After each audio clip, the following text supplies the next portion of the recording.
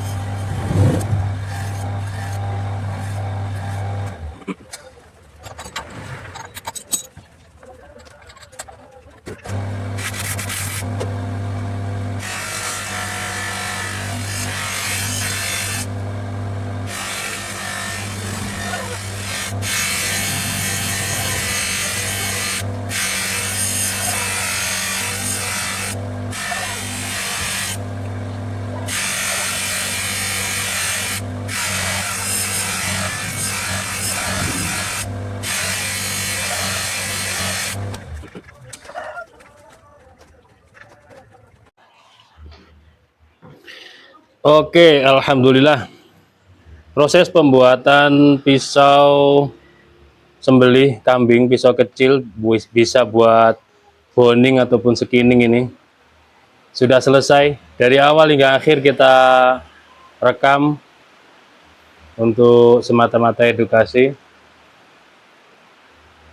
Full tang ini sebenarnya panjang blanknya itu 20 cm, cuman karena konsumen meminta untuk dibuatkan pisau boning atau buat fillet, maka kita potongkan sesuai ukuran kecil ya, seperti ini. Ini stok klep kapal terakhir, stok klep kapal yang sudah terakhir, belum nempa lagi. Full tang konstruksinya, materialnya klep kapal, panjang bilahnya ini 14 cm, lebar di pangkal 2,5 cm, tebalnya 2,5 mili, menipis. Gagangnya sendiri kayu nangka, ada putih ini akrilik.